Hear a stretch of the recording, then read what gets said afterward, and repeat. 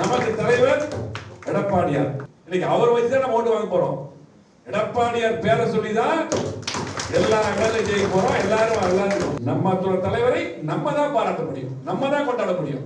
ஆகவே அவரை வச்சுதான் நம்ம ஓட்டு வாங்க போறோம். எடப்பாடியாரா முக ஸ்டாலினா மக்கள் தெளிவா இருக்காங்க. நாங்க நினைச்சிருந்தாரா இல்ல எங்களுக்கு விஜயோட போறது கூட கதவு திறந்திருக்கு அப்படின்னு சொல்லலாம். அந்த கதவையும் நான் மூடினேன். அதுதான் திருமாவளவன்.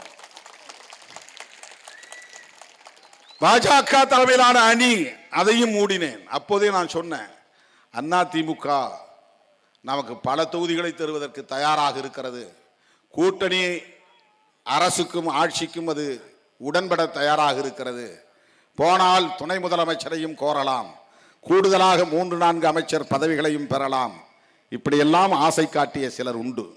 இந்த ஆசைகளால் திருமாவளவனை வீழ்த்திவிட முடியாது என்பதை உறுதிப்படுத்தி இருக்கிறேன்.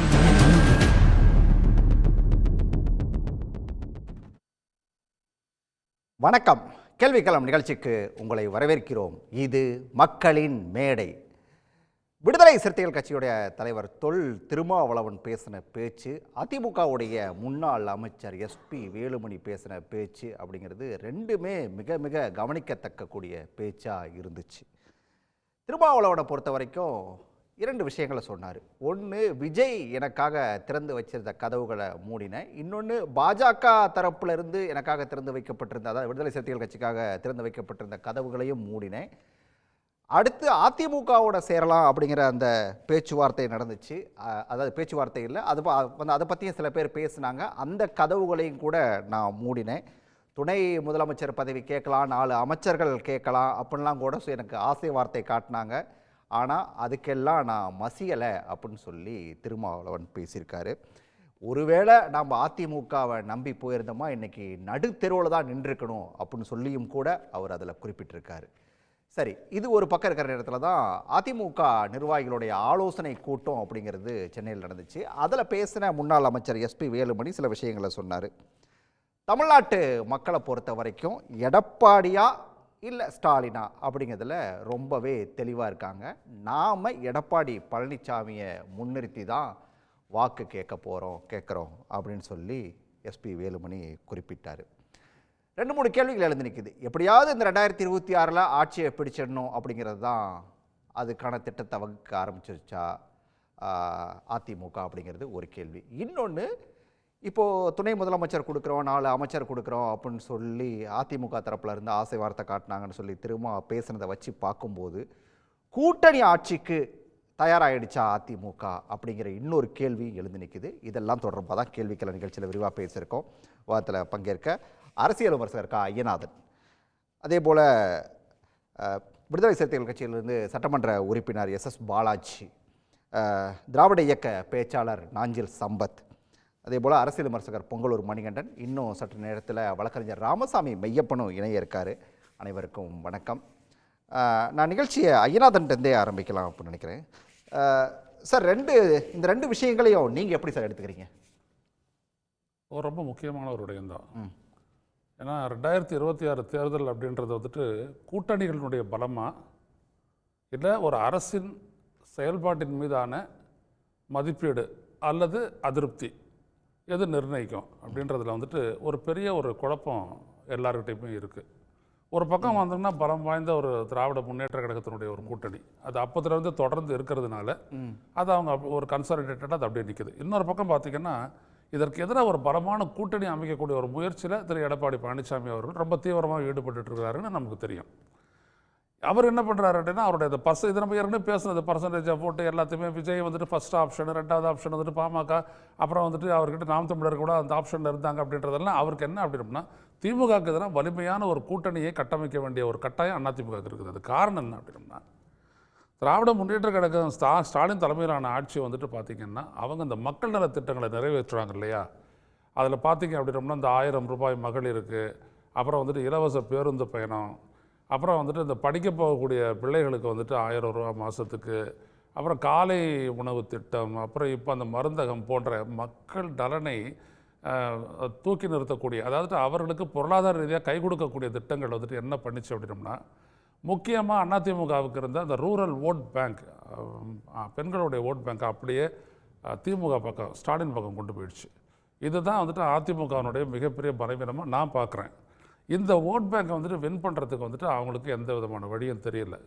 ஏன்னா எதை ஜெயலலிதா ஆடு மாடு லேப்டாப்பு பெட் கிரைண்டர் ஃபேனு இப்படி பலதும் கொடுத்து அவங்களோட வச்சுருந்தாங்களோ அந்த பொருளாதார ரீதியாக அந்த ஆடு மாடுன்றது பொருளாதார ரீதியாக மிகப்பெரிய பலன் தரத்தக்குது. அப்போ வந்துட்டு பார்த்திங்கன்னா நமது கிராமங்கள்லாம் அம்மா ஆட்சி அம்மா அப்படி கொடுத்தாங்க அப்படின்ற அளவுக்கு இருந்துச்சு. அது அப்படியே ஷிஃப்ட் ஆகிடுச்சு. இப்போ இந்த ஆட்டை இது ஒரு பெரிய விடயம் திமுகவுக்கு இருக்கக்கூடிய ஒரு ப்ளஸ்ஸு. இல்லை இதெல்லாம் தாண்டி இப்போ இந்த நேரத்தில் நம்ம ரொம்ப அதாவது இந்த அந்த இடத்துல தான் பேச்சிலிருந்து கவனிக்க வேண்டியதை நான் பார்த்தோம் அப்படின்னா அந்த இடத்துக்கு தான் கூட்டணி ஆட்சிக்கு தயாராயிட்டாரா எடப்பாடி அப்படிங்கிறது ஒரு கேள்வி. இன்னொன்று ஏன்னா அமித்ஷாவும் வந்தபோது அதை கோடிட்டு காட்டுறாங்க கூட்டணி ஆட்சி. ஆனால் அப்புறம் அதுக்கு பிறகு அவங்க மறுத்தாங்க இல்லைன்னு. அதனால தான் சொல்கிறேன் நான் இவ்வளவு பலமாக இருக்கக்கூடிய திமுகவுக்கு எதிராக ஒரு பலமான ஒரு எதிரணி அமைக்கணும் அப்படின்னோம்னா அதுக்கு அவருக்கு வந்துட்டு ஓட்டு மட்டும் தேவையில்லை, அதை வந்து கன்சாலிடேட் பண்ணணும் அப்படின்னும் போது அவங்க எதையும் செய்ய தயாராக தான் இருப்பாங்க. புரியுதுங்களா? இப்போ நம்மளும் கேள்விப்படுறோம் விஜயோட அவங்க வந்துட்டு கூட்டணியில் ஆட்சியை வந்துட்டு பகிர்றதுக்கு அவங்க தயாராக தான் இருந்தாங்க அப்படின்றதெல்லாம் நம்ம கேள்விப்படுறோம். அவங்க ரெண்டு சைட்லையுமே அதை உறுதிப்படுத்தலை, அது வேற விடயம். அப்படி தான் இப்போ நம்ம பார்க்குறோம். அப்போது இந்த மாதிரி நேரத்தில் தான் வந்துட்டு அதிமுக என்ன செய்யும் அப்படின்னோம்னா எந்த எக்ஸ்டெண்ட்டுக்கு அவங்க போய் தான் ஆகணும். அவங்களுக்கு தேவை என்ன, இப்போதைக்கு எங்களுடைய ஒரே எதிரி திமுக வீழ்த்தணும் அப்படின்னு சொன்னாங்க. அதில் வந்துட்டு அவங்களுக்கு ஏற்பட்ட ஒரு மிகப்பெரிய ஒரு நெருக்கடி என்னன்னா அவங்களுடைய கூட்டணிக்கு வந்துட்டு பாஜக வந்துட்டது. பாஜகவோட அவங்க சேர்ந்தது. அவங்க சொல்லலாம் வெற்றி கூட்டணி எல்லாம், அது எவ்வளோ பெரிய மைனஸ் அப்படின்றது இவங்களே கடந்த காலத்தில் பேசியிருக்காங்க. அது ஒரு ஒன்று. இப்படிப்பட்ட சூழலில் தான் நீங்கள் வந்துட்டு விடுதலை சிறுத்தைகள் தலைவர் திருமாவளவனுடைய பேச்சை நம்ம பார்க்கணும். ஏன்னா அது ஒரு கன்சாலிடேட்டட் ஓட், அது அவருக்காக இருக்கக்கூடியது. நாட் ஓன்லி அந்த பட்டியலினத்தார் மட்டும் இல்லை, அதையும் தாண்டி பொது தொகுதியிலும் ஜெயிக்கக்கூடிய அளவிற்கு வல்லமை பெற்ற ஒரு கட்சியாக வந்துட்டு விடுதலை சிறுத்தைகள் கட்சி இருக்குது. எனவே அந்த கட்சியை இழுத்துட்டோம் அப்படின்னோம்னா ரெண்டு நோக்கம் அவங்களுக்கு இருந்தது. ஒன்று தங்களுடைய கூட்டணியை பலப்படுத்த முடியும், நல்லா பலப்படுத்த முடியும். ரெண்டாவது விஷயம் திமுக கூட்டணியை பெரிய அளவுக்கு பலவீனப்படுத்த முடியும்னு. ஆனால் அவர் திருமாவளவனை பற்றி அவங்க சரியாக புரிஞ்சுக்கலன்னு நினைக்கிறேன். காரணம் என்னென்னா அவர் வந்துட்டு கொள்கை அடிப்படையை வச்சார் முதல்ல. ரெண்டாவது இந்த பாசிசத்துக்கு எதிரான முதல் குரல், அழுத்தமான குரல் என்ற அளவுக்கு ஒலித்து கொண்டிருப்பது திருமாவளவன் அவருடைய குரல் தான். அப்போது தலைவர் திருமாவளவன் அவருடைய அந்த குரலை வந்துட்டு இவங்க சரியாக புரிஞ்சிக்காம அவர் ஒரு எலக்டோரல் அலையன்ஸுக்கு வந்துட்டு வராரு, அவர் வந்துட்டு ஆட்சியில் பங்கு அப்படின்றத பிரதானப்படுத்துகிறாரு அப்படின்ற நினைப்பு எல்லாருக்கிட்டையுமே இருக்குது. கிடையாது. அவருக்கு முதல்ல பாஜக எதிர்ப்பு, ரெண்டாவதுடைய வந்துட்டு தமிழ்நாட்டை மதவாத சக்திகள் இடப்படுறது காப்பாற்ற வேண்டும். அதற்கான ஃபர்ஸ்ட் ஆப்ஷன் எதுன்னு வரும்போது தான் அவர் திமுக கூட்டணியை நாடுறாரு. இந்த லைனை வந்துட்டு அவங்க வந்துட்டு யாரும் புரிஞ்சிக்கல, மற்ற கட்சியினர் வந்துட்டு புரிஞ்சிக்கல. கூடுதலாக இடம் கொடுத்தா அவர் வந்துடுவார், இல்லை அவர் வந்துட்டு கூட்டணியில் இடம் கொடுத்தா வந்துடுவார் அப்படின்னு அவர் நினைக்கிறாங்க. அப்படியான ஒரு நினைப்பில் அவர் அப்படி அது மிக மிக தவறான ஒரு மதிப்பீடு. ரைட். பொங்கலூர் மணிகண்டன், அதாவது 4 அமைச்சர் பதவி, துணை முதலமைச்சர், இப்படியெல்லாம் ஆசை வார்த்தை காட்டினாங்க அப்படின்னு சொல்லி திருமாவுடைய பேச்சை நீங்கள் எப்படி பார்க்குறீங்க? ரெண்டாவது, கூட்டணி ஆட்சிக்கு தயாராகிடுச்சா அதிமுக? இல்லைன்னு மறுத்தாலும் இப்போ இந்த பேச்சு அப்படிங்கிறது அதுதானே காட்டுது. இல்லைங்க, அதிமுக கூட்டணிக்காக கேட்டார்கள், தாவேக்கா கேட்டாங்க என்றெல்லாம் அண்ணன் திருமாவளவன் சொல்லிட்டு நான் தான் அந்த கதவை சாத்தினேன் என்று குறிப்பிட்டிருக்கிறார். இப்போ நீங்கள் இது ஏதோ அதிமுகவோ மற்ற கட்சிகளோ கூட்டணியோடு சேருவோம் என்று சொல்வது என்பது தேச துரோகம் அல்ல. ஆனால் அந்த அதிமுக கேட்டதா, யார் கேட்டாங்க, யார் பேசினாங்க என்பதை விளக்க வேண்டும். ஏன்னா 10ஆவதுவா அவர் சொல்லலை. நான் என்ன புரிஞ்சுக்கிறாங்க, இந்த துணை முதலமைச்சர் தர்றாங்க அப்படிங்கிறதையும் 3 அமைச்சர்கள் தருகிறாங்க என்று சொல்வதையும் திமுகவிடம் கேட்கறதுக்கு கூச்சப்பட்டு இப்படி சொல்லி அவர் விரும்புகிறார் நான் நம்புகிறேன்.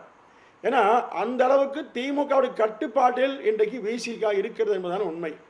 ஏன்னா ஒரு பொது வழியில இல்ல அவங்க கூட்டணியில தான் இருக்காங்க, ஒரு 2 சீட்டு வேணும்னா கூட வேணும்னா அங்க கேட்க போறாங்க. அதை விட்டுட்டு ஏன் இப்படி வந்து அதிமுகவுல இருந்து கேட்டாங்க, அதாவது சிலர் பேசுறாங்க அப்படின்னு சொல்லிட்டு அவர் சொல்ல வேண்டிய அவசியம் எங்க இருந்து வந்துச்சு?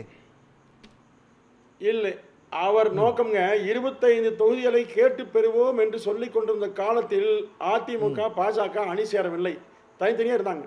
இப்போ பாஜக அதிமுக சேர்ந்த பிறகு இப்போ திமுகவிடம் கொடுக்கிறதையும் வாங்கித்தான் ஆக வேண்டும், வேறு வழியே கிடையாது, வேறு ஆப்ஷனே இல்லை. அப்போ இந்த சூழ்நிலையில் இப்படியெல்லாம் எங்களுக்கு ஆப்ஷன் வச்சாங்க, அதையெல்லாம் தாண்டி அதையெல்லாம் மறுத்து திமுகவோடு ஐயா சொன்ன மாதிரி கொள்கை அடிப்படையில் உறுதியாக நிற்கிறோம் என்பதை காட்டுவதற்காக பேசிக்கிறத உண்மை. இது நிச்சயமாக அவருடைய அச்சத்தின் வெளிப்பாடு தான். இப்போ போக்கிடமே இல்லை. இன்னைக்கு திமுகவுடைய முழு கட்டுப்பாட்டில் விசிக இருக்கிறது. இப்போ நீங்கள் அண்ணன் தொல் திருமாவர்கள் அந்த அணியிலிருந்து விலகிறேன் என்று சொன்னால், இங்கே அமர்ந்திருக்கிற மரியாதைக்கு அண்ணன் பாலாஜி போன்ற ஒரு 4-5 பேர் சேர்ந்து நெருக்கடி கொடுத்து நிச்சயமாக திமுகவோடு சேர்த்து கொண்டு ஒரு அணியாகவே மாற வாய்ப்பு இருக்கிறது. இதையெல்லாம் உணர்ந்து கொண்டுதான் விசிக இன்றைக்கு இந்த நிலைமைக்கு ஆளாயிருக்கிறது. உண்மையை சொன்னால் தனித்துவமாக இருந்த ஒரு விசிக என்கிற ஒரு மாபெரும் இயக்கம் இன்னைக்கு விடுதலை சிறுத்தைகளுடைய கிளையாக மாறிவிட்டது. தமிழ்நாட்டினுடைய பிழையாகவே அது இன்னைக்கு மக்களால் பேசப்படுகிறது. உண்மையில் பட்டியலின மக்களுக்காகவும் கொடியேற்றுவதற்காகவும் கூட திமுகவுடன் கெஞ்சுமே இருக்குங்க. அப்போ இந்த நிலையில் இருக்கிற விடுதலை சிறுத்தைகள் கட்சி அதிமுகவோடு நான் இப்படி எல்லாம் பேச வைத்து காரணமாக சொன்னீங்கன்னா யார் பேசினா சொல்லுங்க. உங்களுக்கு எந்த முன்னாள் சொல்லுங்க. ரைட்டு. இல்லை, விடுதலை சிறுத்தைகள் கட்சியிலிருந்து ஒரு சட்டமன்ற உறுப்பினர் பாலாஜி இருக்காரு. பாலாஜி, இது அதாவது நீங்க திமுகவில் சீட்டுகளை உயர்த்துறதுக்காக திருமா இப்படியான ஒரு விஷயத்தை பேசுறாரே தவிர அதிமுக தரப்புல இருந்தெல்லாம் யாரும் அப்படி பேசவும் இல்லை, எந்த கூட்டணி கதவும் அங்கே திறக்கவும் இல்லைன்றார் பொங்கலூர் மணிகண்டன். எப்படி எடுத்துக்கிறீங்க? நாங்கள் எப்படி எடுத்துக்கிறது திருமாவோட பேச்சை? முதல்ல பொங்கலூர் மணிகண்டன் அவர்கள் சில கற்பிதங்களை அவராக கற்பனையில் சொல்லக்கூடாது.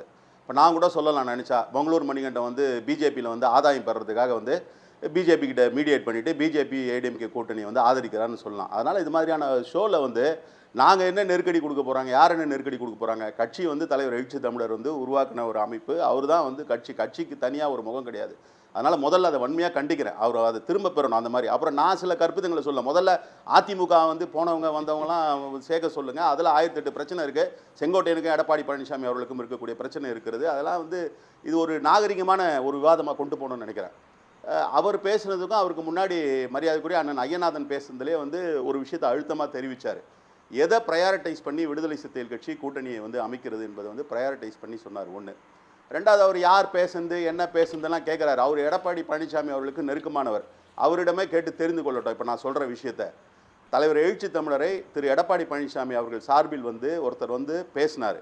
பேசியவர் இது போன்று கூட்டணிக்கான வாய்ப்பு இருக்கிறதான்னு கேட்டபொழுது அவர்கிட்ட அறுதிட்டு சொல்லிட்டார், நாங்கள் இல்லை, கொள்கை அடிப்படையில் இந்த கூட்டணியில் இருக்கிறோம், நாளைக்கு என்ன வேணால் ஒரு முடிவு எடுக்கக்கூடிய ஒரு நிலையில் இருப்பீங்க நீங்கள், அதனால் சேர முடியாதுன்னு சொன்னார். அதை மீண்டும் ஒரு முறை உறுதிப்படுத்துவதற்காக இன்னொரு நபரையும் திரு எடப்பாடி பழனிசாமி அவர்கள் தலைவர் எழுச்சி தமிழரிடம் பேச செஞ்சார்.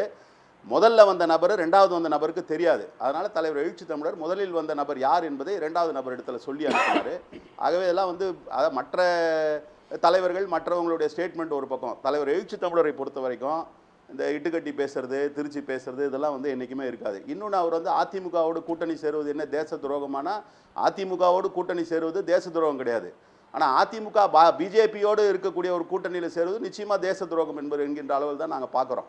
ஏன்னா தேசத்திற்கு விரோதமான சனாதன கொள்கைகளோடு இருக்கக்கூடிய பாரதிய ஜனதா கட்சியோடு கூட்டணி சேருவது என்றைக்குமே நாங்கள் ஏற்றுக்கொள்வதில்லை என்கின்ற நிலையில் இருக்கோம். இன்னொரு விஷயம், நீங்கள் கூட்டணிகள்லாம் அமைவதற்கு முன்பாகவே தொடர்ச்சியாக விடுதலை சிறுத்தைகள் கட்சி ஒரு நிலைப்பாடை, வேறு எந்த கட்சியுமே அந்த மாதிரியான ஒரு நிலைப்பாட்டை அறிவித்தது கிடையாது. அந்த மாதிரி சூழலே கிடையாது. சாதிய மதவாத சக்திகளோடு கூட்டணி இல்லை என்கின்ற ஒரு விஷயத்தை தொடர்ந்து வலியுறுத்திட்டு வரோம். அதில் சாதியவாத சக்தியாக பாட்டாளி மக்கள் கட்சியும் மதவாத சக்தியாக பாரதிய ஜனதா கட்சியும் பார்த்து இவர்கள் இருக்கக்கூடிய கூட்டணியில் நாங்கள் இருக்க மாட்டோன்றதை ரொம்ப அறுதிட்டு சொல்லியிருந்தோம். இது கேட்டகரிக்கான ஸ்டேட்மெண்ட்டு. இன்றைக்கி கூட இல்லை, ஏற்கனவே கூட திமுக கூட்டணியில் இருக்கும்பொழுது நம்ம அதை அறிவிக்கின்ற பொழுது அப்போ எங்களுக்கான இடம் திமுக கூட்டணி இன்றைக்கு மதசார்பற்ற கூட்டணியாக இருக்கிறது என்கின்ற பொழுது அதுதான் சரியாக இருக்கும் தான் அந்த கூட்டணியில் இருக்கும். திரு அதிமுக பிஜேபியோட டிட்டாச் ஆகிருந்த நேரத்தில் தான் இது போன்ற முயற்சிகளில் முன்னெடுத்தாங்க. விடுதலை சிறுத்தைகள் கட்சியோடு கூட்டணி அமைப்பதற்கான முயற்சிகளில் முன்னெடுத்தாங்க. அப்போ அவர்கள் அவங்க என்ன சூழல்னா, பிஜேபியோட இருந்தும் டிட்டாச் ஆகிட்டாங்க, பாமகவோட இருந்தும் டிட்டாச் ஆகிட்டாங்க, அவங்க 2 பேர் சேர்ந்துட்டாங்க. அந்த சூழல்லையே தலைவர் எழுச்சி தமிழர் நிதானமாக சிந்தித்து அவர் ரொம்ப தெளிவான ஒரு நிலையை இல்லை, நாங்கள் அதிமுகவோட கூட்டணி என்பது எங்களுக்கு ஏற்புடையது இல்லைன்னாரு. அதுக்கு இன்றைக்கி அவர் சொல்லியிருக்க காரணமும் ஒன்று, திடீர்னு ஒரு நாள் போய் பிஜேபியோட இவங்க அலையன்ஸ் வச்சாங்கன்னா அவர் எதை சொன்னார்னா, தொடர்ச்சியாக சொல்லிட்டு வரோம், சனாதன சக்திகளுக்கு எதிராக இருக்கிறோம், குறிப்பாக பிஜேபியினுடைய மதவாதத்துக்கு எதிராக இருக்கும், பிஜேபியை இந்திய அளவில் ரொம்ப கேட்டகரிக்கலாக எந்த காலகட்டத்திலையும் பிஜேபியோட காம்ப்ரமைஸே இல்லை அப்படின்னு சொல்லக்கூடிய ஒரே கட்சி விடுதலை சிறுத்தைகள் கட்சி தான். ஆகவே அந்த நிலைப்பாடில் தான் இருந்தோம். இன்னொன்று, எங்களுக்கு ஒன்றும் அர்ஜு ஆட்சியில் உட்காரணும், ஆட்சியில் உட்காரது மக்களுக்குன்னு சொல்லிட்டு வேறு சில விஷயங்களை செய்கிறதுக்கான அர்ஜெல்லாம் எங்களுக்கு கிடையாது. அதனால் சட்டமன்ற உறுப்பினர் ஆகிறோம், நாடாளுமன்ற உறுப்பினர் ஆகணும்லாம் இல்லை. அவர் வந்து மணிகண்டன் அவர்கள் பழைய செய்திகள்லாம் படிச்சிருக்க மாட்டார், இல்லை பார்த்துருக்க மாட்டார், நேரம் இருந்திருக்காது. 2021 தேர்தலையே தொடர்ச்சியாக ஒரு அட்டம்ப்ட் வந்து இந்த கூட்டணியில் நடைபெற்று கொண்டு இருக்குது. அது என்ன அட்டம்ப்ட்னா, விடுதலை சிறுத்தைகள் கட்சி தான் வந்து ஒரு கிங் பின் மாதிரி இருக்குது இந்த கூட்டணியில். விடுதலை சிறுத்தைகள் கட்சியை வந்து இதிலேருந்து நகர்த்தினா இந்த கூட்டணியை வந்து எளிதில் வந்து தகர்த்துடலான்ற மாதிரியான ஒரு அட்டம்ப்ட் வந்து இப்போ இல்லை. இன்னும் சொல்ல போனால் ஆர்கே நகர் இடைத்தேர்தல் நடந்த பொழுதிலிருந்து தொடர்ந்து நடைபெற்று கொண்டு இருக்கிறது. 2021 எலெக்ஷனில் கூட, எலெக்ஷனுக்கு முன்னாடி அப்படிப்பட்ட ஒரு முயற்சி நடைபெற்றது. புதுச்சேரியில் பேசுகின்ற பொழுது தலைவர் எழுச்சி தமிழர் ரொம்ப கேட்டகரிக்கலாக சொன்னார், எங்களுக்கு வந்து தேர்தலில் போட்டியிடுகின்ற நிலையே கூட இல்லைனா கூட பரவாயில்ல, நாங்கள் வந்து சாதியவாத மதவாத சக்திகளுக்கு எதிராக நாங்கள் வந்து அந்த அணிக்கு தான் நாங்கள் ஆதரவு தெரிவிப்போம் என்கின்ற நிலைப்பாட்டை எடுத்தார். ஆகவே இந்த சீட்டு கணக்கு, நோட்டு கணக்கு, அப்புறம் வந்து இதெல்லாம் இந்த மாதிரியான கணக்குகளை போட்டு அரசியல் நகர்வுகளை பண்ணுறதில்ல. அதனால தான் அவர் சொன்னார், கதவை மூடிட்டோன்னா, அவர் சொல்லும்பொழுதே ஆரம்பிக்கும் பொழுது அந்த பேச்சை பார்த்தீங்கன்னா என்ன சொன்னார்னா, சில பேர் வந்து எல்லா கதவுகளும் திறந்து வைத்து கூட்டணிக்கு வந்து பேசுவாங்க, நாங்கள் அந்த மாதிரிலாம் கிடையாது, ஆகவே எங்களுக்கு வந்த வாய்ப்புகளை வந்து நாங்கள் வந்து க்ளோஸ் பண்ணோம், எந்த அடிப்படையில் க்ளோஸ் பண்ணோன்றதையும் சொல்கிறாரு. இன்னொன்று அண்ணன் ஐயநாதன் அவர்கள் மிக அழகாக சொன்னார், நீங்கள் வந்து ஆட்சி அதிகாரம் இந்த மாதிரி ஷேரு இதுக்கெல்லாம் வந்து ஆட்படுற ஆளோ இல்லை வந்து அந்த மாதிரியான ஒரு அரசியலை முன்னெடுக்கிற ஆளோ இல்லை தலைவர் எழுச்சி தமிழர். அதனால தான் வந்து திரு விஜய் அவர்கள் ஆரம்பித்த பொழுது கூட அவர் சொன்ன அந்த வார்த்தை வந்து ஏதோ வந்து ஆட்சிக்கும் அதிகாரத்துக்கும் மட்டுமே வந்து என்ன வேணான்னு ஒரு முடிவு எடுக்கக்கூடிய நிலையில் விடுதலை சிறுத்தைகள் கட்சி இருக்குது, இல்லை குறிப்பாக தலைவர் எழுச்சி தமிழர் இருக்கான்ற மாதிரி தவறான புரிதலின் அடிப்படையில் வைக்கப்பட்ட ஒரு அழைப்பாகத்தான் பார்க்கப்பட்டது. ரொம்ப கேட்டகரிக்கலா மிக முக்கியமான ஒரு விஷயத்தை சொல்றீங்க. நம்ம தொடர்ந்து பேசலாம் பாலாஜி சார், நம்ம தொடர்ந்து பேசலாம். நீங்க வச்ச மிக முக்கியமான ஒரு விஷயம் சார். நாஞ்சில் சம்பத் சார் உங்ககிட்ட தான், அதாவது அதிமுக தரப்புல இருந்து அடுத்தடுத்து 2 பேர் எடப்பாடி சொல்லி வந்து திருமாவளவன்ட்ட பேசினாங்க, கூட்டணி தொடர்பாக பேசினாங்க, துணை முதலமைச்சர் 4 அமைச்சர்கள் இதெல்லாம் பற்றி பேசினாங்க அப்படிங்கிறத திரும்ப பேசினாரு. அதை பேச இல்ல பண்ணிக்கணும். அந்த கண்டென்ட் நான் வேறுபடுறேன். அவங்க என்ன பேசுறாங்க தலைவருக்கு அது வந்து அவர் பேசுறது வந்தாங்க கிடையாது தகவலை தலைவர் தெளிவா சொல்லி அனுப்பிச்சாரு. ரைட். ஆமா, ஏன்னா தவறா இன்டர்பிரட் ஆயிட கூடாது. அதெல்லாம் பேசினாங்களா எனக்கு தெரியாது. நீங்க வந்ததை உறுதிப்படுத்திட்டீங்க. அப்போ சரி, இல்ல வந்ததை உறுதிப்படுத்திட்டீங்க. நான் நாஞ்சில் சம்பத்திட்ட கேட்கறது அப்படிங்கிறது, அப்ப கூட்டணி ஆட்சி அப்படிங்கிற அந்த முடிவுக்கு எடப்பாடி வந்துட்டாரா, அப்படி எடுத்துக்கலாமா, அதை புரிஞ்சுக்கலாமா அப்படின்னு?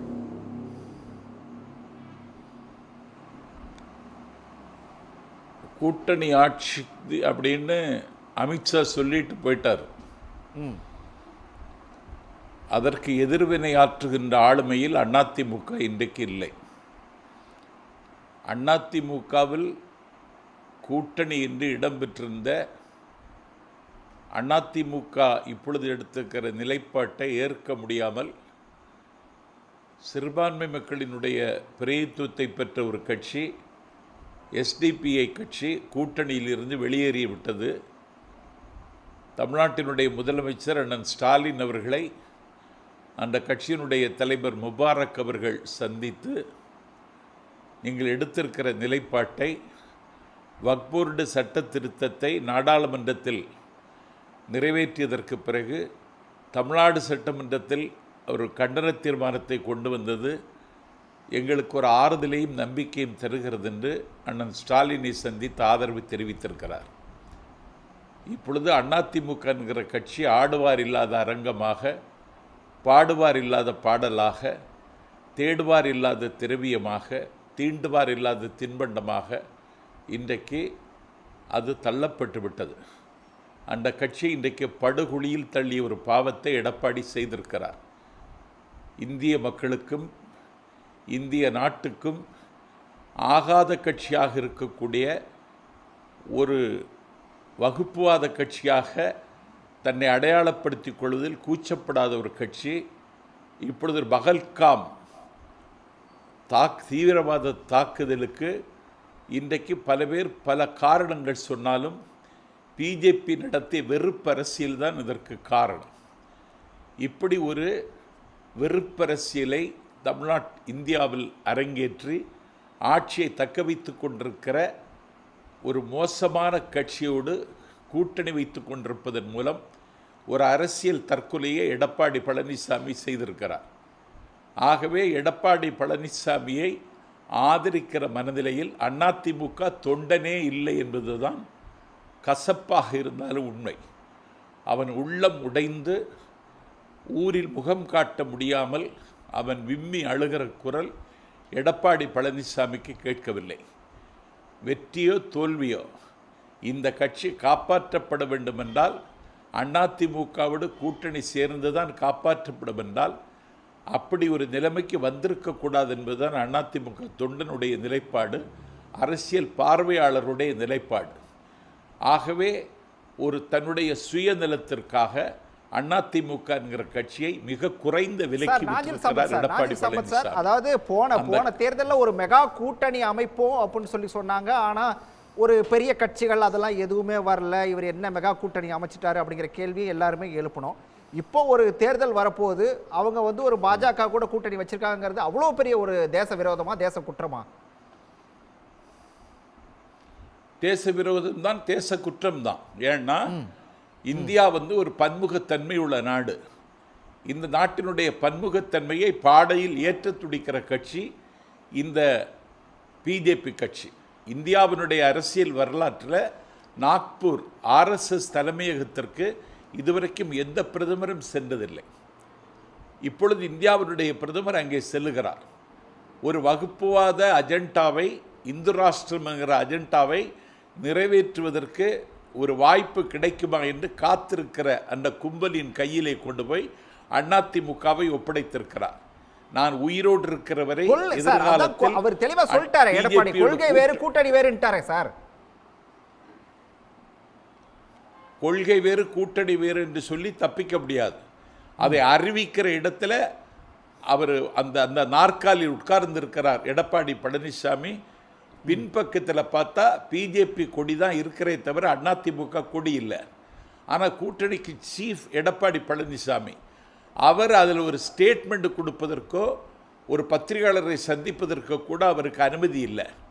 அப்போ அடிமைத்தனத்திலையும் உச்சக்கட்ட அடிமைத்தனத்தில் இன்னைக்கு அவர் சிக்கிக் கொண்டார். ராமசாமி ஐயப்பன், அதாவது கூட்டணி ஆட்சி அப்படிங்கிற ஒரு விஷயத்துக்கு அதிமுக வந்துருச்சுன்னு பார்க்கலாமா இந்த பேச்சுக்கள்லாம் பார்க்கும்போது?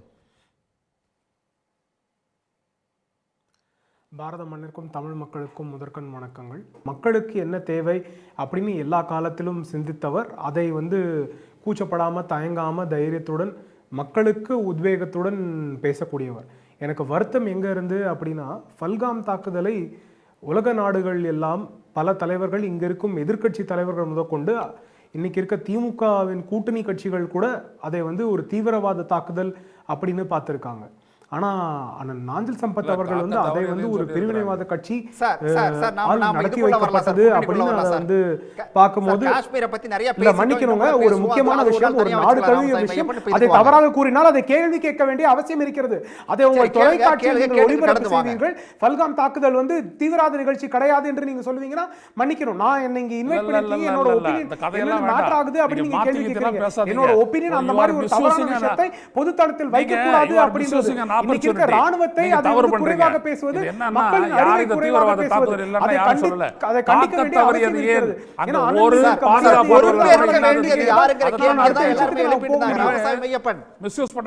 ராமசாமி ஐயப்பன், அந்த தாக்குதலுக்கான அந்த பொறுப்பை ஏற்கக்கூடியது யாரு, எப்படி அந்த சம்பவம் நடந்துச்சு, அதற்கான பொறுப்பு யாருக்கு இருக்கு அப்படிங்கிற கேள்வி எல்லாம் வந்துட்டு தான் இருக்குது இன்னமும் கூட. சரி, நாம அத கடந்து வந்துருவோம். நாம இதுக்குள்ள போவோம். இன்னைக்கு பேச வேண்டிய விஷயம் நிறைய இருக்கு அப்படினு சொன்னா அது தவறான விஷயம்.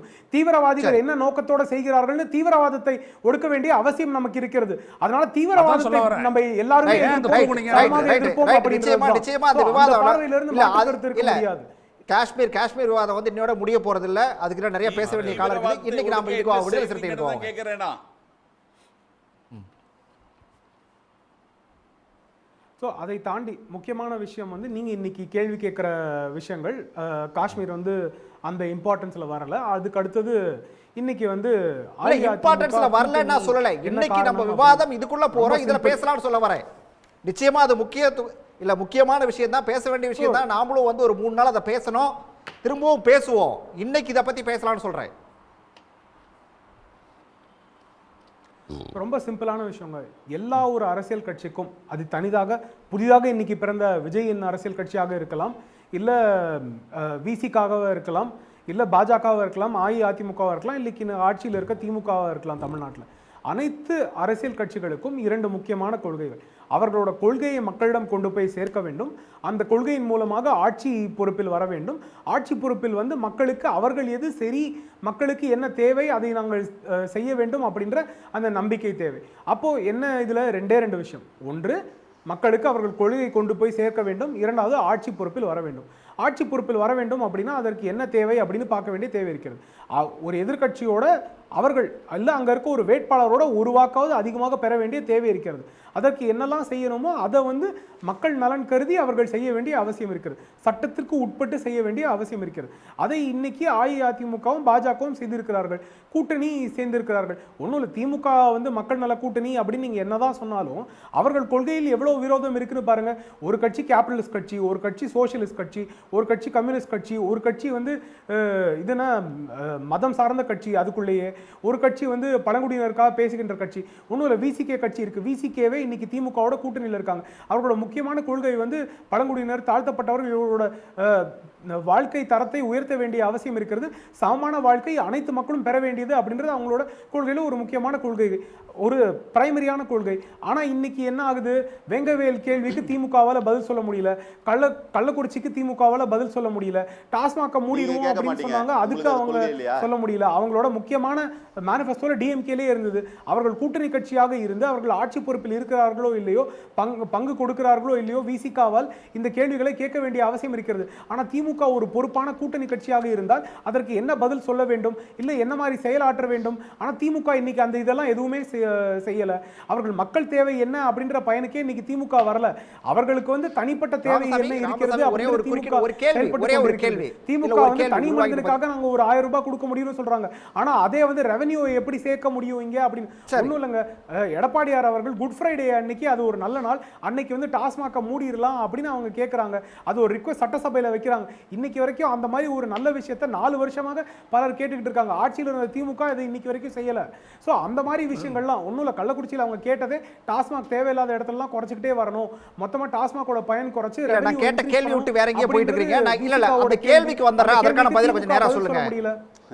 இல்ல இந்த கேள்விக்கு வந்துடுறேன், கொஞ்சம் நேரா பதில் சொல்லுங்க. அதாவது வந்து அமித்ஷா வந்தபோது கூட்டணி ஆட்சி அப்படின்னு சொல்லி சொன்னாரு. அதுக்கு பிறகு எடப்பாடி கூட்டணி தான் ஆட்சி இல்லை, கூட்டணி ஆட்சி இல்லை அப்படின்னு சொல்லி எடப்பாடி மறுத்தாரு. திரும்ப இன்னைக்கு பேசியிருக்கிற பேச்சை பார்க்கும்போது கிட்டத்தட்ட அதிமுக அந்த கூட்டணி ஆட்சி தான் அப்படிங்கிற அந்த முடிவுக்கு வந்துருச்சா அப்படிங்கிறதா என்னோட கேள்வி. இல்லைங்க, எடப்பாடியார் அவர்களும் அமித்ஷா அவர்களும் வேறு பார்வையிலிருந்து பேசவில்லை. இருவருமே ஒரே பார்வையிலிருந்து தான் பேசுகிறார்கள். தேர்தலை கூட்டணியோட சந்திக்கிறோம் அப்படின்னு. அதே அங்க இருந்த நிருபர்கள், ஜேர்னலிஸ்ட் மற்றவங்க எல்லாம் கேட்ட கேள்விக்கு அதற்கப்புறம் நீங்க பங்கு பெறுவீர்களா, எத்தனை மினிஸ்டர்ஸ், என்ன ஷேர் அப்படின்லாம் கேட்டதுக்கு அது வந்து இன்னைக்கான காலம் இல்லை, தேர்தலுக்கு பின்னர் அதை பத்தி டிஸ்கஸ் பண்ணிக்கலாம் அப்படின்னு தான் சொல்லியிருக்காங்க. ஸோ இன்னைக்கு வந்து ஆட்சியில் எவ்வாறு பங்கு, எவ்வாறு பார்ட்டிசிபேஷன் அப்படின்ற பேச்சுவார்த்தைக்கு இன்னைக்கு இல்லை. அதை வந்து தீர்மானம் செய்ய வேண்டியது பார்லிமெண்டரி போர்டு பாஜகவோடது, அஇஅதிமுகவோட முடிவெடுக்கக்கூடிய நபர்கள். அவர்கள் வந்து அதற்கான சரியான காலத்தில் அதற்கான முடிவு எடுப்பார்கள். அதில் மாற்று கருத்து கிடையாது. இன்னைக்கு இருக்க தேவை என்னன்னா, தேர்தலை எவ்வாறு சந்திக்க போகிறார்கள், தேர்தலுக்கு முன்னர் அவர்களோட ஸ்ட்ராட்டஜி என்ன, திமுகவின் தவறான செயல்களை எவ்வாறு கேள்வி கேட்க போகிறார்கள், அவர்களோட ஆன்டி இன்கம்பன்சி எவ்வாறு இன்னும் அதிகப்படுத்த போறாங்க அப்படின்றது தான் இன்னைக்கு இருக்க பார்வை. அதை அஇஅதிமுகவும் பாஜகவும் சரிவர செய்து கொண்டு வருகிறார்கள். அஇஅதிமுக நேத்தும் முந்தா நேத்தும் அவர்களோட செயலாளர்களோட மீட்டிங் இருந்தது, அவர்களோட மக்களோட மீட்டிங் இருந்தது. அவங்களோட டியூட்டி என்ன அப்படின்றத அஇஅதிமுக பார்த்துட்டு வந்திருக்காங்க. பாஜகவும் அதே மாதிரி பாஜகவின் தலைவர் நயினார் நாகேந்திரன் அவர்கள் ஒவ்வொரு தொகுதியிலும் சென்று மக்களை, அவர்களோட தொகுதி உறுப்பினர்களை சந்தித்திருக்கிறார். அவர்கள் என்ன செயல் செய்ய வேண்டும், எவ்வாறு அஇஅதிமுகவுடன் துணை சேர்ந்து செயல் செய்ய வேண்டும் அப்படின்றத பத்தி அவர் பேசிட்டு வந்திருக்கார். ஸோ கூட்டணி எவ்வாறு செயல்பட வேண்டும், கூட்டணியில் இரு கட்சிகளும் எவ்வாறு செயல்பட வேண்டும் அப்படின்ற பார்வை ஏற்கனவே வந்துருச்சு. இன்னைக்கு திமுக செய்த தவறுகளை மக்களிடம் சுட்டிக்காட்ட வேண்டியதற்கான அவசியம் இருக்குது. அதுதான் இன்னைக்கு பொங்கலூர் அண்ணனும் சொல்றாங்க, அதுதான் நானும் சொல்றேன். ஸோ அந்த முக்கியம் தான் நம்ம இன்னைக்கு பார்க்க வேண்டிய தேவை இருக்குது. திமுக எவ்வாறு தவறு செய்கிறார்கள், அவர்கள் மேனிஃபெஸ்டோ எப்படி ஃபுல்ஃபில் பண்ணல, அவங்க ஆன்டி இன்கம்பன்சி என்ன பிரச்சனை இருக்கு, பெண்களுக்காக நாங்கள் என்ன செய்து விட்டோம் அப்படின்னு காமிக்க வேண்டிய அவசியம் இருக்கிறது. அவர்களோட தலைவரே பெண்களை வந்து எவ்வாறு இழிவாக பேசுகிறார்கள், இல்ல சமுதாயத்தில் பார்வை இருக்கிறது, சமூக நீதி பார்வை இருக்கிறது அப்படின்னா அதற்காக என்ன செஞ்சுட்டாங்க, நவோதயா பள்ளிக்கூடத்தை எதுக்கு தமிழ்நாட்டில் கொண்டு வரல, எதுக்காக பள்ளிக்கூடத்தின் தரத்தை உயர்த்தவில்லை, பழங்குடியினருக்கும் பட்டியலினத்தவருக்கும். சரி, அதை கேட்டோம். நம்ம அந்த கூட்டணி தொடர்பா பேசிட்டு இருக்கோம், டைவர்ட் ஆகி போயிட்டு இருக்க வேண்டாம். நான் வர இருக்கேன். பொங்கலூர் மணிகண்டன் உங்ககிட்ட தான். பாலாஜி பேசும்போது ஒரு விஷயத்த சொன்னார். அதிமுக தரப்புல இருந்து அடுத்தடுத்து 2 பேர் வந்தாங்க, ஒருத்தர் வந்தது இன்னொருத்தருக்கு தெரியாது அப்படிங்கிற தகவல்லாம் கூட சொன்னார். யார் வந்தாங்கன்னு சொல்லி நீங்கள் கேட்டீங்க, அதற்கான பதிலை தெளிவாக சொல்லிட்டாங்க. அப்போது அந்த பேச்சுவார்த்தை அப்படிங்கிறது நடந்திருக்கா அப்படின்னு ஒரு கேள்வி வருது. இல்லை அண்ணன் பாலாஜி அவர்கள் அப்படி பூடகமாக சொல்லாமல் இந்த நபர் தான் வந்தானே சொல்லிருப்பாங்க. எந்த பிரச்சனையும் அதிமுக இல்லை. அதிமுக தலைமையில் இருந்தோ பொதுச் செயலாளர் அது தனிப்பட்ட முறையில் வந்திருக்காங்க. 2 பேர் பேசியிருக்காங்க. எடப்பாடி பழனிசாமி வந்திருக்காங்க, பேசியிருக்காங்க. அது பேரை சொல்றது நாகரிகமா இருக்குமா சார்? கேட்டுக்கலாம். இல்லைன்னா நீங்க வந்து சொல்லுங்க. இல்லை எனக்கு கூட அண்ணன் திருமாவளவன் நீங்க கேட்டுட்டு இல்லைன்னா சொல்லுங்க. பாலாஜி ரொம்ப பிடிக்கும். ஆனால் வன்னியரசு நண்பர் நண்பர் தான். இது வந்து இப்போ தனிப்பட்ட முறையாக பேசுறது வேறுங்க. அது நான் நல்ல அடிப்படையில் அண்ணன் வன்னியரசனே பேசுகிறேன், அண்ணன் திருமாவளவன் பேசுகிறேன், அது வந்து தனிப்பட்ட விருப்பம். ஆனால் ஒரு 2 கட்சியும் உடன்பாடு கொண்டு அல்லது ஒருமித்த கருத்தோடு அணுகிதாங்க உண்மை. அதாவது அண்ணன் திருமாவளவனையோ விசிகாவையோ குறைத்து மதிப்பிடக்கூடியவன் நான் அல்ல. ஆனால் இன்றைக்கு விசிகா பொறுத்தவரையில் திமுகவுடைய முழு கட்டுப்பாடு இருக்குது என்பது உண்மை. அது மறுக்க முடியாத உண்மை. அண்ணன் மறுத்தாலும் பரவாயில்ல. ஏன்னா அண்ணனே சொன்னார், ஏனென்றால் திமுக உங்களை பார்த்து நான் கேட்கிறேன், பாஜகவுடைய கட்டுப்பாட்டுல அதிமுக போயிடுச்சு அப்படின்னா நீங்க ஏத்துக்குவீங்களா? பாஜகவுடைய முழுமையான கட்டுப்பாட்டுல அதிமுக போயிடுச்சுன்னா நீங்க ஏத்துக்குவீங்களா? சொல்லாமல இல்ல அதிமுகவை அடிமை என்று இப்ப கூட நாஞ்சி சம சொன்னாருங்களா? அதாவது நான் வந்து கருத்தியலா போக நினைக்கிறேன், நாகரிகமா போக நினைக்கிறேன். இப்ப மற்ற எல்லாம் இவர் வந்தா மட்டும் தவறா பேசிருக்காரு. யாராலும் பேச முடியும் வார்த்தையை. ஆனால் அண்ணன் விசிக தலைவர் திருமாவர்கள் ஒடுக்கப்பட்ட மக்களுக்கு மட்டுமல்ல ஒட்டுமொத்த மக்களுக்கும் ஒரு தலைவர் தான், நான் முழுமையாக ஏற்றுக்கொள்கிறேன். ஆனால் தேர்தல் விஷயத்தில் திமுகவுடைய பின்பலத்தோடு இயங்க வேண்டிய நிலைமைக்கு வந்துவிட்டது உண்மை. ஏன்னா அவருடைய நோக்கத்தை நிறைவேற்ற முடியாத அளவுக்கு இன்னைக்கு ஒன்றும் இல்லை, எங்கேயுமே விசிக கொடியேற்ற முடியல, பட்டியல மக்களுக்காக பேச முடியல, வேங்கவேல் பிரச்சனையில் குரல் வைக்க முடியல. அப்போ எதையுமே பேச முடியாமல் மௌனியாக இருக்கிறோம் சொன்னா பாலாஜி சொன்னது போல யாராவது விசிகாவுல இருந்து 2 பேர் வந்து உங்ககிட்ட சொன்னாங்களா சார்? சார் நாம இல்ல அதே நாகரிக சார், அதே நாகரிக அண்ணன் பாலாஜி சொன்ன நாகரிக நானும் சொல்றேன். அந்த மாதிரி பேசியவர்கள் உண்டு. அது வந்து நல்லெண்ண தரப்பில் பேசுறதுதான். ஆனால் அண்ணன் திருமாவர்களோ அண்ணன் எடப்பாடி அவர்களோ நேரடியாக பேசினாங்களோ பாருங்க, அவங்க உறுதியாக பேச முடியுங்க, பேச முடியாமல் அல்ல. ஆனாலும் அந்த மாதிரியான நெருக்கடியை அவர்கள் ஏற்படுத்திக் கொள்ள வேண்டியது உண்மை. இப்போ அண்ணன் திருமாவுக்கு விருப்பம் இருந்தால் கூட அவர் நேரடியாக பேசலாம், அண்ணன் எடப்பாடி விருப்பம் இருந்தால் நேரடியாக பேசலாம். ஆனால் உறுதியாக இருப்பேன்னு சொல்லும்போது அவரை வழியே சென்று பேச வேண்டிய அவசியம் அதிமுக இல்லை. இப்போ நீங்கள் ஒன்றும் இல்லை, கடந்த காலம் பாருங்க, திரு விஜய் அவர்கள் நடத்திய ஒரு விழாவில் கூட அண்ணன் திருமாவர்கள் கலந்து கொள்ளக்கூடாது என்று நெருக்கடி யார் கொடுத்தாங்க? திமுக கொடுத்தது. அப்போ சுதந்திரமாக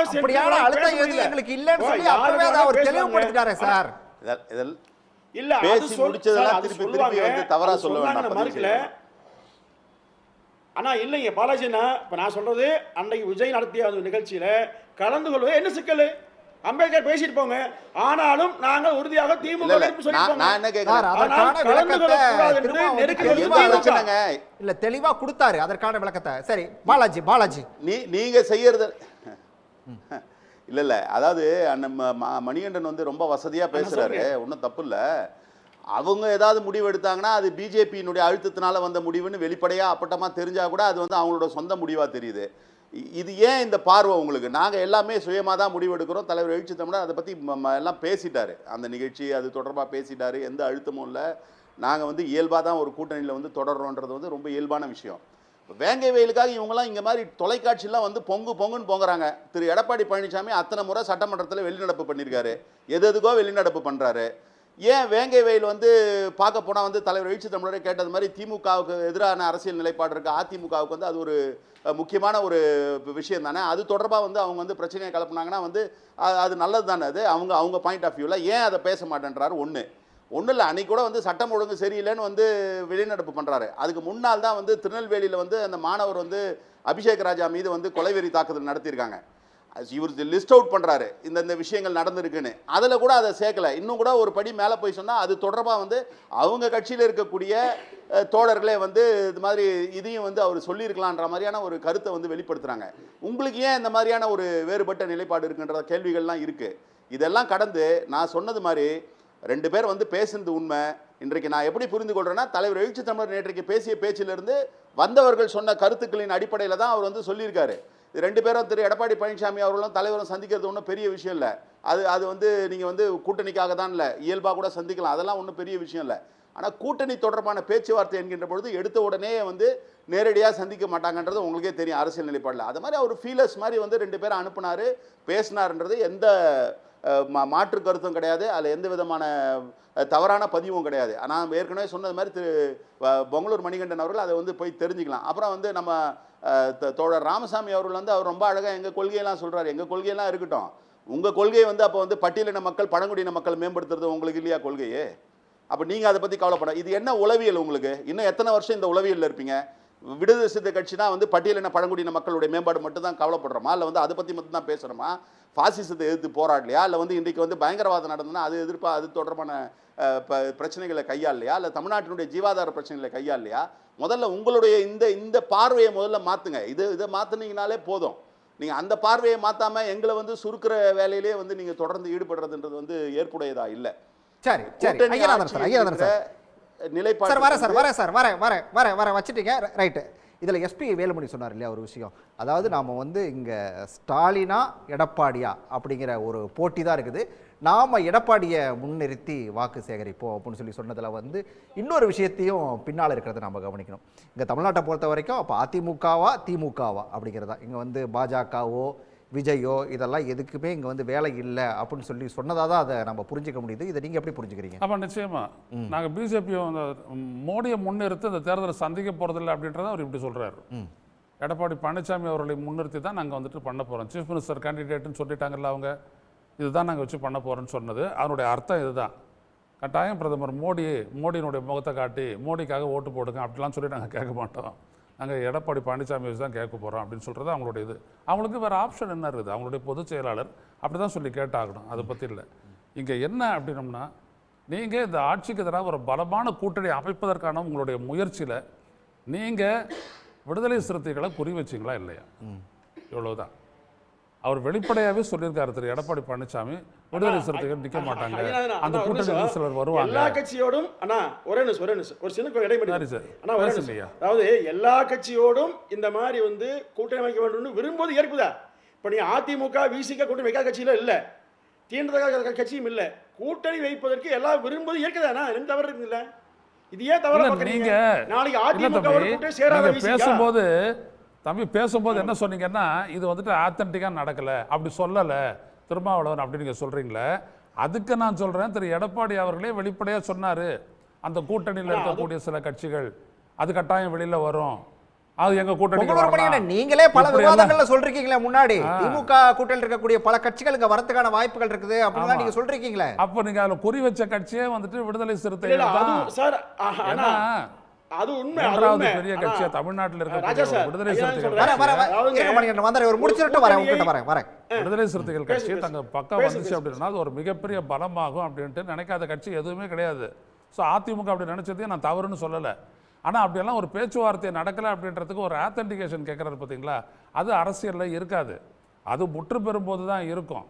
நீங்கள் அதிமுக கூட்டணிக்கு வந்துட்டு பாமக வரும்போது பார்த்தீங்கன்னா முன்னாள் வரைக்கும் டயர் நக்கி இப்படிலாம் பேசுனாங்க, நான் அதெல்லாம் பேச விரும்பலை, அப்படிலாம் தப்பு அப்படியெல்லாம் பேசுறதுங்க. திடீர்னு பார்த்தீங்கன்னா ஒரு 5 ஸ்டார் ஹோட்டலில் வந்துட்டு கையெழுத்து போடுறாங்க, கூட்டணிக்கான கையெழுத்து போடுறாங்க. இதெல்லாம் அரசியலில் எதுவும் நிகழலாம். நான் அதை பற்றி சொல்ல வரல.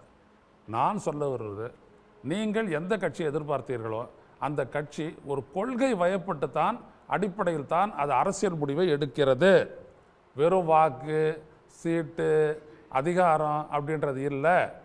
அதைத்தான் நான் சொல்ல வரேன். மீண்டும் மீண்டும் விடுதலை சிறுத்தைகளும் தலைவர் திருமாவளவன் அவர்களும் என்ன செய்கிறாங்கன்னா சொல்கிறாருன்னா, மதவாதத்தை பாசிசத்தை தமிழ்நாட்டில் கால் ஒன்றை விடமாட்டோம், அதுதான் எங்களுடைய முதல் முன்னுரிமை, ஃபர்ஸ்ட் ப்ரியாரிட்டி அப்படின்னு தான் சொல்லி நிற்கிறார் அவர். இந்திய அளவிலேயே இந்தியா கூட்டணின்றது ஒன்று பின்னால் உருவானதுக்கு முதல்ல போயிட்டு அதுக்காக பேச்சுவார்த்தை நடத்தியது அப்படின்றது ராகுல் காந்தியோட முடிச்சிடுறேன். ராகுல் காந்தியோட பேசுறது அப்படின்றது திருமாவளவன் ரவிக்குமாரன் தான். என்ன அப்படின்னோம்னா, அப்படியான ஒரு ஆபத்து இருக்கிறதை உணர்ந்து தொடர்ந்து பேசிட்டு இருக்கிற ஒரு கட்சி விடுதலை சிறுத்தைகள். ஆனால் நீங்கள் அதை முன்னிலைப்படுத்தவே இல்லை அதிமுக. அதைத்தான் நான் சொல்ல வரேன் ஒரு வருத்தத்தோட. நீங்க அதை முன்னிலைப்படுத்தவே இல்லை. ஆனா ஸ்டாலின் முன்னிலைப்படுத்துறாரு. இதுதான் வித்தியாசமே. சரி சரி. ஏன் உங்களுடைய கூட்டணிக்கு அவங்க வர முடியாது அப்படின்னா, ஒரே நிமிஷம். ஏன் இந்த கூட்டணியோட ஒரே தங்குறாங்க நிமிஷம். அப்படின்னா அது காரணம் ஒரே இதுதான். வந்துடுறேன் இல்ல மணிகண்டன் வர இருங்க. சம்பத் ரொம்ப நேரமா குறிப்பிட்டார். நாஜில் சம்பத் சார், இப்போ வந்து இங்க வந்து தமிழ்நாட்டை பொறுத்த வரைக்கும் எடப்பாடியா ஸ்டாலினா அப்படிங்கிறது தான் போட்டியை தவிர நாம எடப்பாடியை முன்னிறுத்தி தான் வாக்கு கேட்கணும்னு சொல்லி எஸ்பி வேலுமணி சொல்றாரு. ஐயநாதன் ஒரு விஷயத்தை குறிப்பிட்டாரு. இங்க வந்து அவங்க வந்து மோடியோட முகத்தை முன்னிறுத்த அதிமுக விரும்பல அப்படிங்கிறதா கிட்டத்தட்ட இந்த பேச்சு காட்டுது அப்படின்னு சொல்லி சொல்றாரு. அப்படிதான் அதை எடுத்துக்கணுமா? இல்ல, தமிழ்நாட்டின் திமுகவின் தலைவர் அண்ணன் ஸ்டாலினுக்கு எதிர் திசையில் நின்று பயணிக்கிற எந்த தகுதியும் எடப்பாடி பழனிசாமிக்கு இல்லை. தமிழ்நாட்டினுடைய பிரச்சனை எது என்று உள்வாங்கிக் கொண்டு அரசியல் செய்வதற்கு எடப்பாடி பழனிசாமி தயாரில்லை. 43 லட்சம் அரசு பள்ளி மாணவர்களுக்கு தர வேண்டிய 2252 ரூபாயை கேட்டால் இந்தியை கற்றுக் கொடுத்தால்தான் தருவோம் என்று இந்தியாவினுடைய மனிதவள மேம்பாட்டுத்துறை அமைச்சர் அப்பட்டமாக சொல்லுகிறார். தமிழ்நாட்டில் இருக்கிற பாண்டிச்சேரி சேர்த்து 40 எம்பிக்களை அழைத்து கொண்டு தமிழ்நாடு பள்ளிக்கல்வித்துறை அமைச்சர் மகேஷ் பொய்யாமொழி சம்பந்தப்பட்ட அமைச்சர் தர்மேந்திர பிரதான் வீட்டுக்கு சென்று இந்த தொகையை விடுவியுங்கள் என்று கேட்கிறார். அப்பொழுதும் விடுவிக்க முடியாது என்று சொன்னதோடு நிற்காமல் நாடாளுமன்றத்தில் uncivilised people and democratic country Tamil Nadu என்று ஒரு ஒன்றிய அமைச்சர் பேசுகிறார்.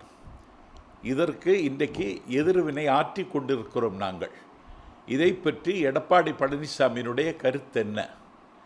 அதை தாண்டி இன்றைக்கு தமிழ்நாட்டினுடைய நிதி பகிர்வில் தமிழ்நாடு இன்றைக்கு வஞ்சிக்கப்படுகிறது. ₹1 கொடுத்தால் அது ஒரு பக்கம் இருந்தாலும் இல்ல இப்ப வந்து அதாவது இங்க இருக்கக்கூடிய திமுகவை எதிர்த்து நிற்கக்கூடிய ஸ்டாலினை எதிர்த்து நிற்கக்கூடிய அந்த இடத்துல எடப்பாடி இல்ல அப்படின்னு சொல்லி சொன்னா அப்ப அந்த இடத்துல யாரை வச்சு பாக்குறீங்க? பாஜகவையா இல்ல விஜயவா இல்ல சீமானியா? யாரை நீங்க பாக்குறீங்க? அப்போ அதிமுக வேற யாரையாவது கொண்டு வச்சு பார்க்கணும். அது அதிமுக தான் முடிவெடுக்கணும். அந்த தகுதியை அவர் இழந்துட்டார். பொதுச் செயலாளர் அவர் தானே சார். நீங்க என்னதான் இல்ல நாஞ்சில் சம்பத் சார் வந்து என்னதான் வந்து அவர் தகுதி இழந்துட்டாரு என்ன சொன்னாலுமே கூட இன்னைக்கு அதிமுகவுடைய பொதுச் செயலாளர் அவர் தானே.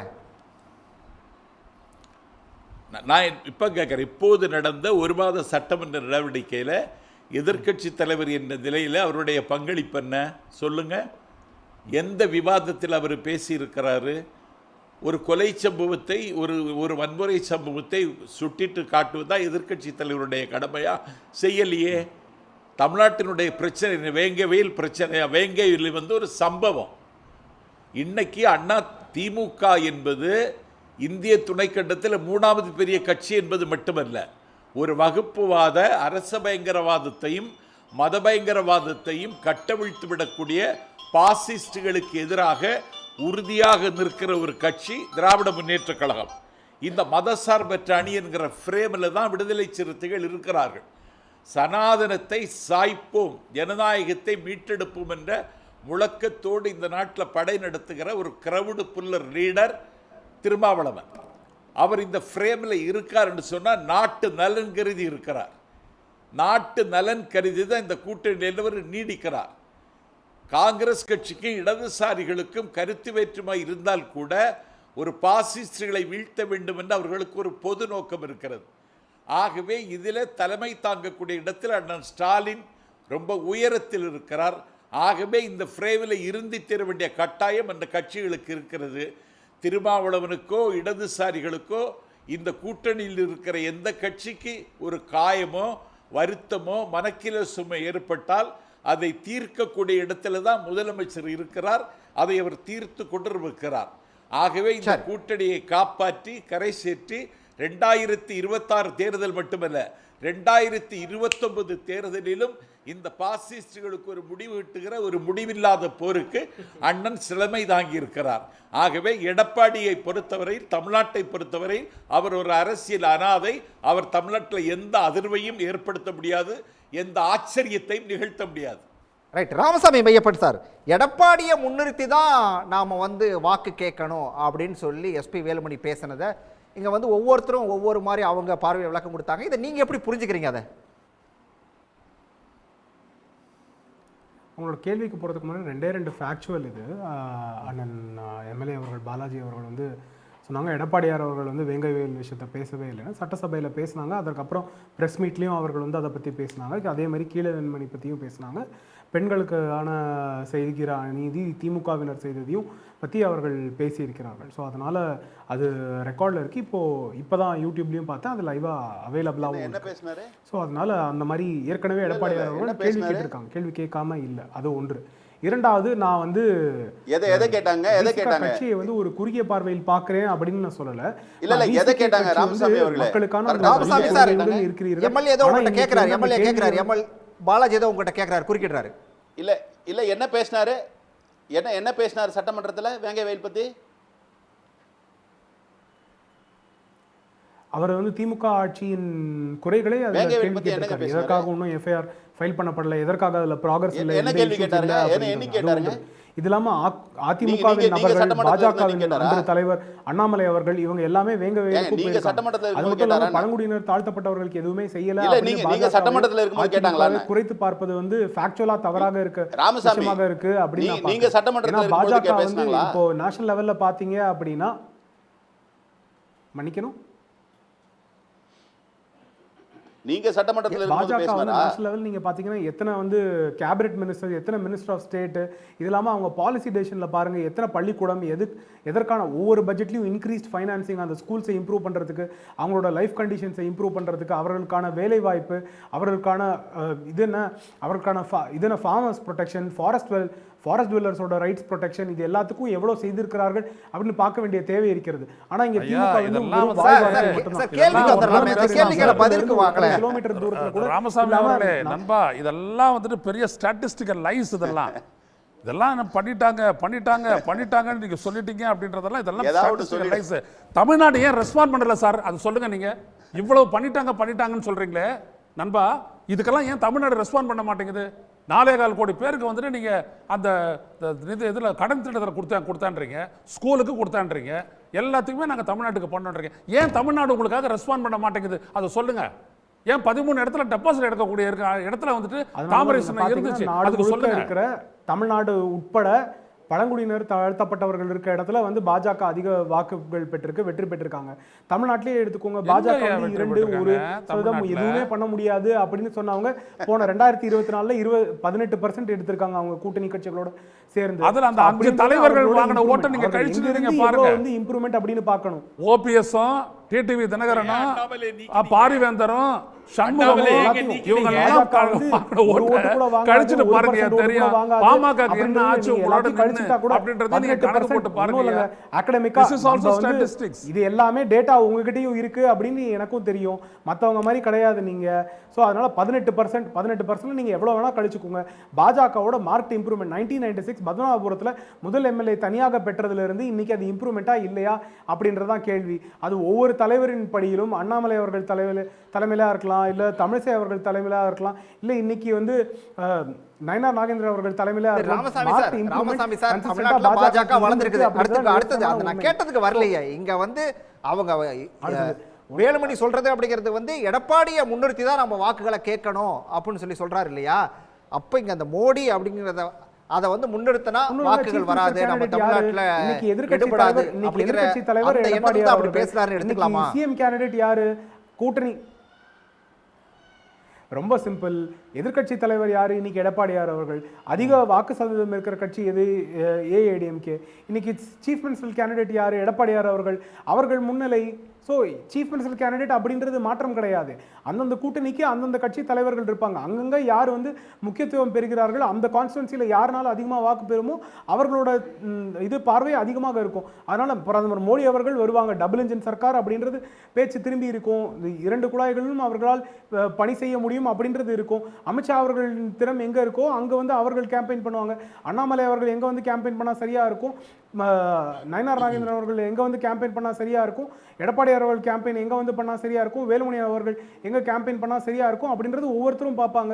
ஸோ கேம்பெயின் ஒவ்வொரு கான்ஸ்டுவன்சிக்கும் அப்போ ஸ்டாலின் அவர்கள் இல்லாமல் வேறு இடத்துல வேறு யாரோ போய் கேம்பெயின் பண்ணால் அங்கே ஸ்டாலின் அவர்களுக்கு முக்கியத்துவம் இல்லை அப்படின்னு அந்த மொத்த கூட்டணி நினைக்குமா, இல்லை அங்கே வந்து விசிகே அவர்களுக்கு இது அண்ணன் தொல் திருமாவளவன் அவர்களுக்கு முக்கியத்துவம் இல்லை அதனால் அவர்களை வந்து மற்ற கான்ஸ்டுவன்சி கூட்டிகிட்டு போல அப்படின்னு நம்ம சொல்லிடலாமா? இப்போ தமிழ்நாட்டில் இருக்க 234 தொகுதிக்கும் அவர்கள் கூட்டிகிட்டு போல அப்படின்னா அவர்கள் வந்து இங்கெல்லாம் போனால் தொல் திருமாவளவன் அவர்களால் பின்னடைஞ்சிருவாங்க, அதனால திமுக கூட்டணி கூட்டிகிட்டு போல அப்படின்னு நம்ம சொல்லிட முடியுமா? ஸோ அந்த மாதிரி ஜெனரலைஸ் ஸ்டேட்மெண்ட்ஸ் வந்து பொலிட்டிக்கலாக வந்து இன்கரெக்ட் ஃபர்ஸ்ட்.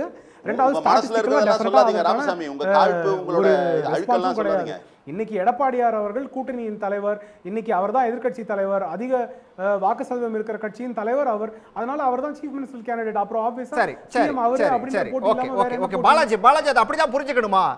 அதாவது கூட்டணிக்கு அவர் தான் தலைவர், அதனால அவரை முன்னிறுத்தி வாக்கு கேட்கறதா சரியா இருக்கும். இந்த இடத்துல எங்க மோடி வந்தார் அப்படிங்கறத அதை எப்படி எடுத்துக்கிறது? அப்போ இல்லங்க, எனக்கு அதே விசிகேல ஒரு கேள்வி, விசிகே நாளைக்கு கடந்த தேர்தல்களிலே வந்து அவங்க வந்து கேக்குற கேள்விக்கு மோடி அவருடைய படம் போடுறதுலயும் மோடியை முன்னிலைப்படுத்துறதுலயும் அவங்க வந்து முன் வரல. என்னது ராமசாமி ஏதோ ஒரே ஒரு கேள்வி அவங்க கிட்ட கேட்டுக்கிறாரு. ராமசாமி எதையாவது ஒண்ணு உளறிட்டு இருக்காது. உங்க பிரச்சனை என்ன? எங்க பிரச்சனையை நாங்க பாத்துக்கிறோம். உங்க பிரச்சனை என்ன? நீங்க முதல்ல வந்து தமிழ்நாட்டுடைய நலன்கள்ல வந்து தமிழ்நாடு சட்டமன்றத்துல கொண்டு வர தீர்மானத்தெல்லாம் நீங்க மட்டும் வெளியில போறீங்க. ஏடிஎம்கே கூட இருக்கீங்க, ஆனா ஏடிஎம்கே கூட இருந்துட்டே வந்து நீங்க வந்து நீட்டுக்கு வந்து ராமசாமி சார் நீங்க கேட்க வந்தத கேளுங்க. என்னோட ஒபினியன் என்ன அப்படி நான் வச்சேன். நான் சொல்றதெல்லாம் உளறல் அப்படினா நீங்க இன்னமே என்ன கூப்பிடாதீங்க. அது உங்க தொலைக்காட்சி ஏன் ஒபினியன்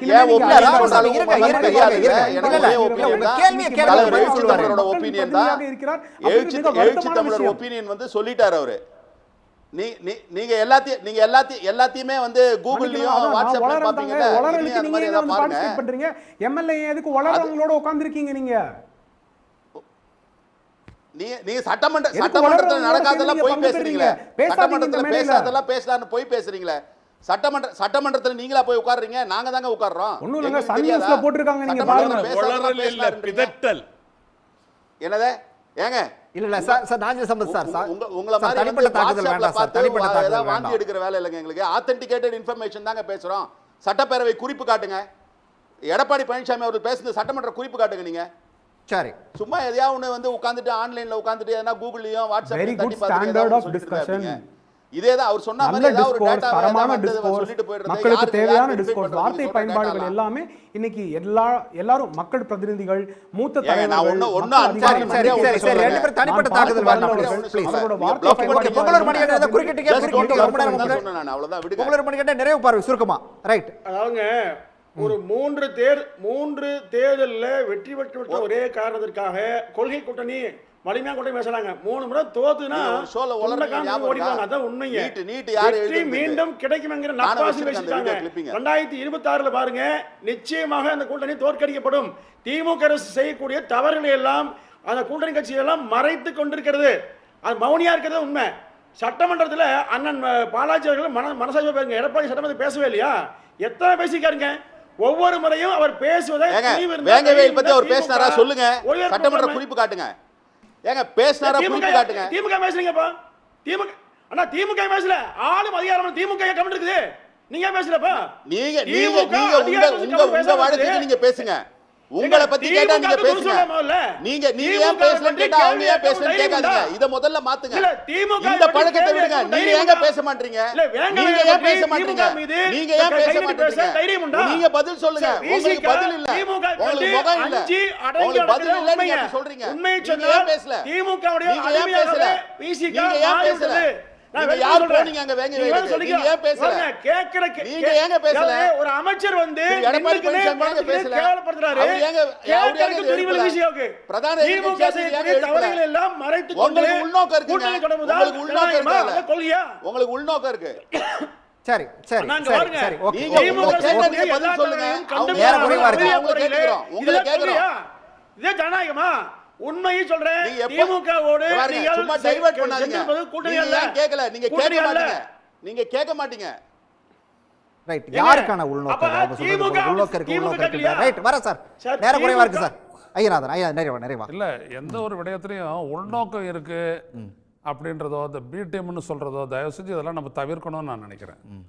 ஒரு கட்சி தன்னுடைய ஆப்ஷனை வைக்குது, இன்னொரு இடத்துல அது சீக்கிரட்டாக இன்னொருத்தரோட டீல் பேசுது, கூட்டணியோ டீலோ ஏதோ ஒன்று பேசுது. அது வெளிப்படுற வரைக்கும் வந்துட்டு அது உண்மை இல்லைன்னு அர்த்தம் கிடையாது. நம்மளுக்கு ஆதாரம் இல்லை அப்படின்றதுனால ஒன்று உண்மை இல்லைன்றது அர்த்தம் கிடையாது.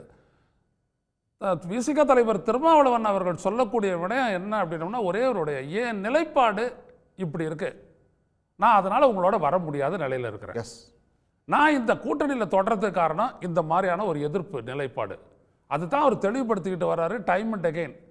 மற்றபடி வேறு எதுவுமே இல்லை. நீங்கள் சொல்லக்கூடிய முன்னுரிமை எல்லாம் எனக்கு முன்னுரிமை தான், கூட்டணி ஆட்சியில் கூட்டணியில் பங்கு எல்லாமே. ஆனால் என்னுடைய முன்னுரிமை கொள்கை, தமிழ்நாடு, மக்கள் நலன் அப்படின்னு அவர் சொல்றாரு. இல்ல பேரை சொல்லுங்கன்னு மணிகண்டன் சொல்றாரு. பேரை சொல்றது நாகரிகமா இருக்குமா? அது அப்படிலாம் சொல்ல முடியாது. எல்லாமே சீக்கிரட்டா தான் நடக்குது.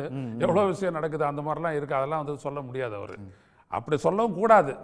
ஏன்னா ஒன்று நிறைவேறினாலும் நிறைவேறலாம், எப்படி வேணாலும். எனவே அப்படி சொல்லக்கூடாது. அப்படி பண்ணாங்கன்னா பேக்டோர் டிப்ளமசின்றதே அர்த்தமற்றதா போயிடும். அது கவர்மெண்ட் லெவல்லே பண்ணும்போது இங்கே பண்ண மாட்டாங்களா? எனவே அது கிடையாது. அவர் ரொம்ப தெளிவுபடுத்தியிருக்கிறாரு. தனது கூட்டணி நிலைப்பாடு அப்படின்றது கொள்கை ரீதியானது, நாட்டு நலம் சார்ந்தது அப்படின்றத அவர் தெளிவாக நிலைநிறுத்தி இருக்கிறார். நன்றி சார், நன்றி. விவாதத்தில் பங்கேற்ற அனைவருக்கும் நன்றி. மீண்டும் ஒரு நிகழ்ச்சியில் சந்திக்கலாம் நேயர்களே. நன்றி, வணக்கம்.